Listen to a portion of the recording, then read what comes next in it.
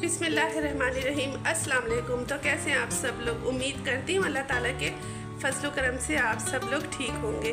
तो आज मेरे किचन में क्या पकने जा रहा है, आज मैं बनाऊंगी ये मज़ेदार सी भिंडी की भुजिया। तो ये बहुत ही मज़ेदार सी बनती है और बहुत सिंपल से तरीके से मैं बनाती हूँ। तो बिना वक्त ज़ाया किए हम ये भिंडी की भुजिया बनाते हैं। तो चले। तो देखिए, भिंडी को मैंने काट लिया है और इसी के अंदर मैंने हरी मिर्चें भी काट ली हैं और 5 से 6 साबुत भी हरी मिर्चें मैंने डाल दी हैं और बाकी मैंने इसी के अंदर देखिए कट कर ली हैं हरी मिर्चें, ठीक है। और ये 3 अदद मैंने प्याज ले ली है। हम प्याज डालते हैं। एक आधी प्याली मैंने तेल लिया है। अब इसको अच्छे से गोल्डन ब्राउन करूँगी, मैं लाइट गोल्डन करूँगी इसको।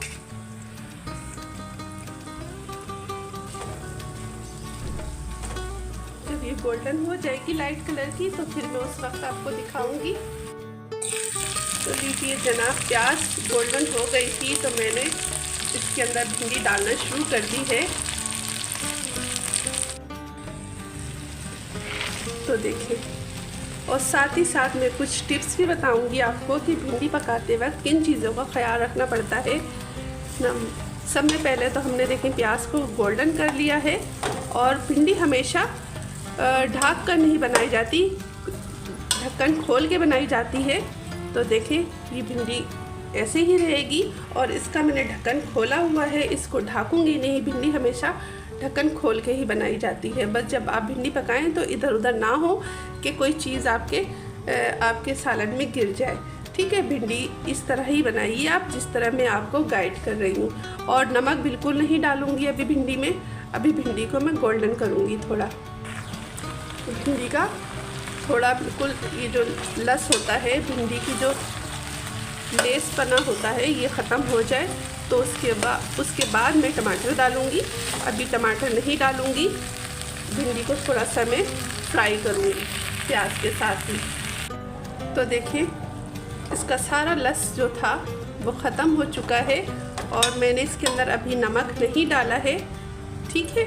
अभी नमक नहीं डाला। और ये मेरे पास ज़्यादा लाल टमाटर नहीं लिए मैंने, 3 अदद मैंने टमाटर लिए हैं जो हल्के हल्के से कच्चे भी हैं।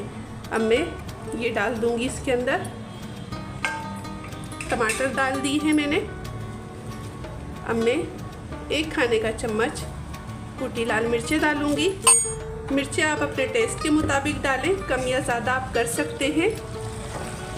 और मैं इन टमाटरों को इस तरह नीचे दबा दूंगी भिंडी के। ये देखिए, थोड़े थोड़े मैंने टमाटर भिंडी के नीचे दबा दिए हैं। और अभी मैंने नमक बिल्कुल नहीं डाला है इसके अंदर। अब मैं नमक डालूंगी। 1 खाने का चम्मच नमक डाला है मैंने। नमक मिर्ची आप हमेशा अपने टेस्ट के मुताबिक डालें। मैं इसको मिक्स नहीं करूंगी।